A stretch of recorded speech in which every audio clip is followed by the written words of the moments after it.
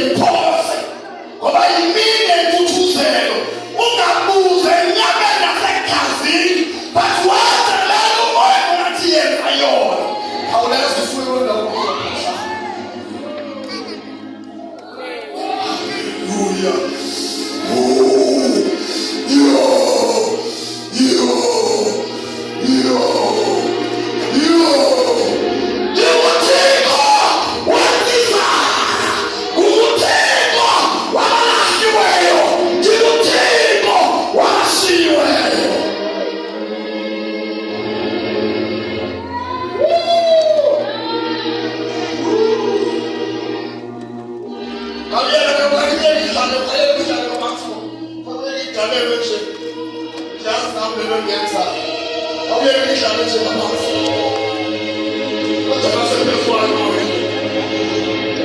Hallelujah.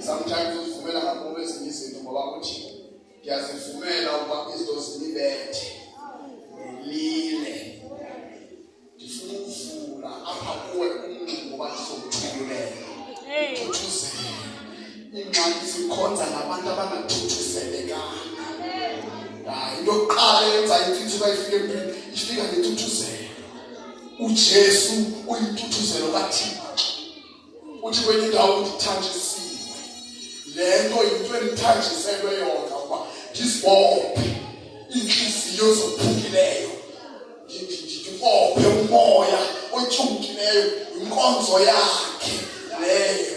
You know abantu xa ubethwa izinto sometimes ulale phaa banento ethu lahliwe mthixo kodwa ndizothi ukuthi usondele sondele ungakhali xa usembhanezelweni ungakhali xa usentuthuzweni ufuphi kuwe umoya wasuko kaThixo uphezu kwakho. Now uyaphela u-2024 uzophela use-angry ngale ndlela. Now siyamvala u-2024 usizomvala ubhitha ngale ndlela. Siyamvala u-2024 uphela ungakwazi ukuqolela ngale ndlela. Ngoba